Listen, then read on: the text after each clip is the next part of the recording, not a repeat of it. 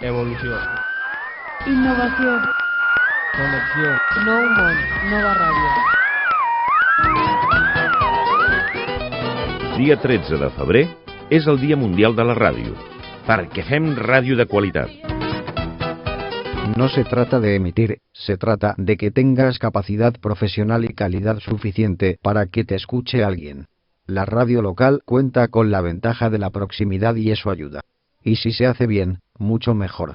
Los servidores de Internet gratuitos son gratuitos y lo gratis, en tema tecnológico, todos sabemos qué quiere decir. No nos engañemos, que son tiempos de realidades y no de jugar a imposibles. Joan Carmona, tècnic de comunicacions, assessor de ràdio Vila Sacra.